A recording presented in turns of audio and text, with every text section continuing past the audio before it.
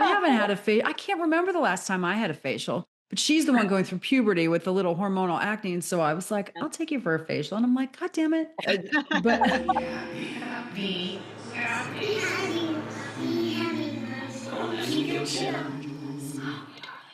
welcome back, Mama fans. Today we chat with Erika Shannon Hathaway for part 2 of her January interview. Being a good mom isn't just about what we tell our kids. It's about what we show them, how we let things go and move on when it feels personal. Because let's be honest, sometimes it does. In today's episode with Erika, we're talking about auditions, rejection, grit, and when our kids are watching us the closest, especially when things don't go our way. From dance callbacks and failed exams to third grade memories, this conversation gets real about resilience, creativity, and learning how to walk the walk. If you've ever been told no or felt overlooked, or how to teach your kids to stay brave in a world that judges loudly, this one's for you. We're grateful to have Erika Shannon Hathaway with us again for part 2. Let's dive in. You want to be a good mom, you want to be a good parent, you partially want to like walk the walk of, example, not just like saying like, no, go do it, especially in the moments when it's hard, especially in the moments where you receive the rejection and they watch how you handle that as well. Mm-hmm. Because she got her rejection last night. Mm-hmm. And she was like, it's okay. She said, I was really excited that I got a call back. It doesn't feel good to not get it. She was like, but I really want to do A, B, C, and D. So this lets me do that. And I was like, yeah. Brilliant. Okay. And I was like, it's okay to feel upset. It's okay to feel bruised about it, but it's not personal, But we all know it feels personal, right? Oh no, it does. It's so hard. I know. We put our bodies and our faces and our words and our creativity out there for people to review and judge and comment on with abandon. Mm-hmm. I try to talk to my girls all the time about, because I've been on the other side for so many years, about casting and about how so much of it really doesn't have to do with how talented you are. Mm-mm. There's so many boxes that need to be checked. There's so many things that the directors and, the choreographers are looking at, that it's the experience of being in the audition that's going to bring you strength. Easier said than done, but I try to show them like, listen, hey, I just had an audition the other day and there was this dancer and this one and this one and this one. I chose this one because blah, blah, blah, so that they like, she just auditioned for SAB. She didn't get in. She auditioned for Austin Ballet. She got in. But she was okay. Like, she was like, Mom, did you get the email? And I was like, yeah, I got the email. She's like, did I get in or did I not get in? She's like, I'm okay with it. Just tell me. And I was like, you didn't get in. She was like, oh, bummer. Okay. Like. So resilient. Yeah, they are. They are. Do you remember? I was the only one of my friends that didn't get into SAB when I was a kid. We would take a bus from Pittsburgh to New York City and we would audition for SAB. And there was one year that all 3 of my friends got in and I didn't. I did get into Joffrey and my mom didn't let me go because she was like, you're 10 years old. I'm not letting you go and live in New York. But all my friends did. And I was like, I'm the only one that didn't go. Yeah. But did you handle it the same way that like both of your girls are handling it, or did you handle it differently? I don't remember. Yeah. Like, I'm still bitter about third grade production of Really Rosie at my public school. And I auditioned for a lead. And that chick next to me, Laura, what was her last name? I can't even remember. I'm still bitter. Third grade, dude. That was my role, Really Rosie. I was Rosie. So I get it. I got snubbed over for a production of Bye Bye Birdie when I was in high school. Yeah. And I got cast in the chorus. Hell no. And I had played Rizzo in Grease the year before. And I was like, I can't believe I didn't get the role of Rosie. Her name was, that character Hello. Rosie. Yes, of course. And they were like, well, you do all those shows downtown. So, and I was like, well, then I quit. I'm not going to be in I tried to stay in the ensemble to be like a team player. And then I was like, fuck this. I'm out of here. In the 80s, we were like cutthroat. If we didn't get the part, fuck what you heard. We are not in it. You will quit. Fuck what you heard. So conscious. We're like, no, be a team player. I used to say that to the boys all the time when they wouldn't play in a baseball game, like on these clubs, and they would sit on the bench. We would come home and I'd be like, it's about the spirit of the team and what you're bringing to the bench. And I think back about that and I'm just like, no, it's not. He wants to play. How you're cheering on the sidelines. Get out of here. That's like what we're trying to teach our kids is like, get in the moment and celebrate the moment and be a team player no matter what. But that's not where we come from. We come from the role is ours. It's the Rizzo of it all. I'll cut you. Yeah. Forget you. You don't think I'm talented? Go fuck yourself. I'm going to go where I'm appreciated. Thank you and goodbye. And I'm not going to audition my senior year because fuck you. You had your chance. Oh, I held that grudge forever. Yes, you still have the grudge. You're in it right now still. I know. You're working through it. I am. That's why I didn't move back to my old hometown high school district. Fuck them. They don't get to have me. 30 years to get back here because you're so mad. I have an inspiring story. So when I was in, I think 11th or 12th grade, I think I was in my senior year at Alberta Ballet School. So it was quite a serious ballet school. Like we would just do our academics in the morning and we would dance for the rest of the day. And we did the Royal Academy of Dancing exam, which was tough. And I failed. All the other girls in my class passed and I failed. And I remember being so heartbroken. I mean, like just heartbroken. Now, granted, at the time we had two directors. We had our main director, Miss Morgan, who was a lovely ballet teacher, and I owe a lot to her. She gave me a really good port de bras. But then we had Lambros, who was this Greek, I think he was from Cyprus. Anyway, rebellious, more contemporary choreographer, and he used to choreograph on the company a lot. So the school was affiliated with the company. So I walk in and I had to tell my ballet teacher that I failed my exam. And I remember shaking, walking in with my paper. And I knocked on the office door. She opened the door and she saw my face. And she went, oh. And I immediately burst out crying. And she hugged me so hard. In the meantime, while she's hugging me and I'm sobbing, Lambros is sitting back on the couch and he looks at me and he's like, what happened?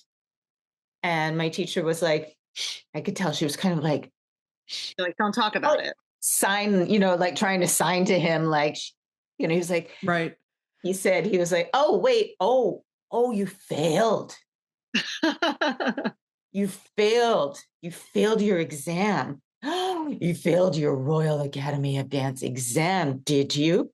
And I remember I was mortified. I was like, I couldn't believe that he was saying this. And he stood up and he walked over to me and he grabbed my shoulders and he kissed my head. And he said, you know what that means, sweetheart? That means you're going to be a dancer. Mm. Oh, I'm going to cry. I know. And he cast me in a really special part that year in his work for our final season. And I ended up getting an apprenticeship with the company and I ended up getting hired by the company. But I'll never forget that story because it makes me cry when I think about it too, because he was just teaching me, it's okay. You failed, but you have grit. And that doesn't mean you're not going to be a dancer. And in fact, you probably will be. And in fact, all of the girls that got that passed, they're not dancing anymore. And look at my career, Yep. Mm-hmm. That's incredible. Oh, I'm crying. Oh, yeah. That's great. Yeah.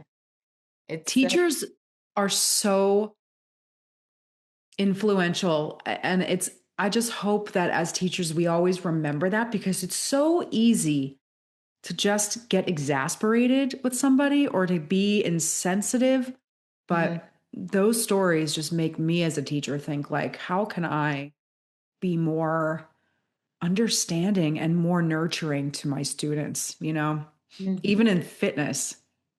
Yeah.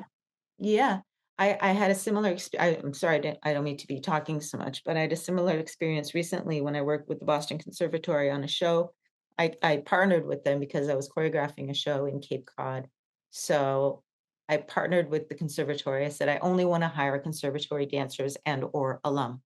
And so I casted them. They came and they did the show. We rehearsed. We did not have much time. We had like one day to rehearse.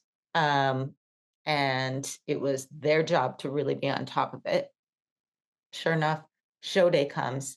One of the dancers forgot the choreography at one point. He screwed up a little bit, and then he kept dancing. And he was, and nobody noticed, but he noticed.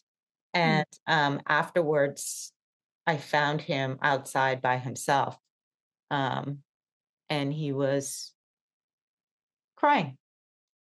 And so I sat next to him and I said, "Are you okay?" And he said, "I'm so sorry. I screwed up. I should have put more effort into it." I said, "You know what? These are the lessons that help us improve and move forward. You did what you did. Was it disappointing? Yes. However, can you improve? Yes. Now that you know that next time," I said, when I was a dancer, I could practice and practice and practice and practice and practice.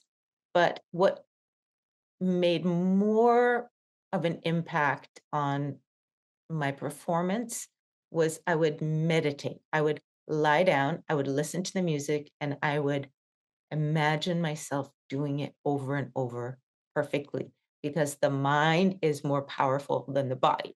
And when you get into a situation where you feel nervous, the body might want to do the choreography, but if the mind starts to like freak out, the body's not going to respond, you know? And so it's like having those moments with these young dancers. And he wrote me afterwards and he was like, "Thank you so much for talking to me." And, like that's where I feel like I'm at a point in my life where education is very important in it. And as much as I'm still working as a choreographer and a director, sorry, my voice is shaking now because I'm going to cry. I feel like we're all at a point in our careers now where it's time for us to give back, which you do all the time, Shelly. It's important because I always think of what Lambros did to me. And we need to have those teachers. Yeah. How closely parallel the teaching and parenting lie. They really live close to each other. They where do. you're in leadership position, and the goal, I think, is to see our students for exactly who they are, not what we think they should be or what they think they should be doing, what they are doing, and see them for exactly who they are. Same thing with our kids. It's like looking at our kids for exactly who they are, not what we think they should be or what they should be doing. But like the resistance is there for a reason, because we want to help them get to wherever they want to get to by seeing them for exactly who they are. That parenting teacher role, I just think, live very close together. Very close together. And in fact, before I became a parent, I was like, I don't really want to teach. I'm not a good teacher. And I don't think I was a very good teacher. I wasn't. But as my girls have grown and as I've learned to communicate to them, and the more I realize, oh my God, I am teaching them life lessons and I am teaching by example. Now I'm a much better educator because I'm a mom. For me, it's always the empathy part of you never know the full story of what's going on. For me, I teach adults, right? I teach adults who are doing what they're doing with me for complete leisure, just because they feel like it and they had an extra hour in their schedule that day. Right. And so I look around in the room and I see people on their phones. I see people coming late. I see people doing all the shit that I would never tolerate when I was 35 teaching, being like, you're late, not letting people turn the fans on, dumb shit like that. Because I was like, no, you're here to work, feel your body work. You know what? Now I'm in perimenopause. And you know what? If bitches want the fans on, they can have the fans on because that's real. But having that empathy of like, you never know what's going on inside that person's head. And it is your goal and your objective to make them feel safe, taken care of, and seen. It's an interesting evolution as a teacher and a parent at the same time, for sure. Because as my daughter becomes a teenager, she just turned 13. I have to remember that she's a teenager. I have to remember that she's got stuff going on with her body and her hormones and her friend dynamics that she doesn't tell me sometimes. And so if she's quiet or if she's being a little resistant or if she's snippy, I'm like, instead of being like, you can't talk to me like that, it's more of a, okay, I'm just going to be quiet. I'm just going to observe.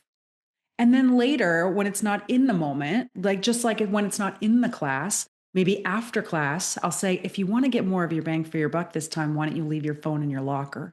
Because when you pay attention, you can really kick it up a notch and you can streamline your brain power into the one thing that's going to make you better and stronger.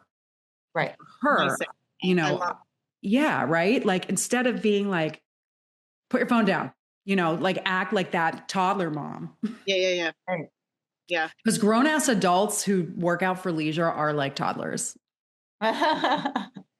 They don't know what they want. They don't know what they're doing. They don't know how to do anything. They're roaming around. They're picking stuff up they shouldn't be picking up. They're talking when they shouldn't be talking. They're toddlers. Hilarious. Do you think though that I'm just wondering, because like if you're teaching these classes and they're adults and here you are doing something that scared you, like you auditioned for this role, do you think that that's something that like also exists in some of them possibly? Like, how do we know that one of them might not be in a position where you could inspire that somehow, Absolutely. That's why I'm like, you never know. This could be the first time they ever had the courage to walk into a group exercise class. And if I say to them, put your phone down, they're never going to come back. They're going to, first of all, think I'm an asshole. And second of all, be scared off. Yeah. And it could change the trajectory of their whole, fitness journey. Creative Mamas Unplugged is produced by Breatheasy Productions with music by Jeremy Jurin. If you enjoyed this episode, please don't forget to give my mama 5 stars and keep coming back. Thanks to us kids, there are plenty of stories to tell. And you are not alone. We are inspired by you. Thank you for joining our Creative Mamas community. Support Creative Mamas Unplugged on Patreon to get your name in the credits, receive extra content, and earn some fun prizes. With this, we can keep creating, uplifting, and growing this incredible community together. We love you so much. Applause.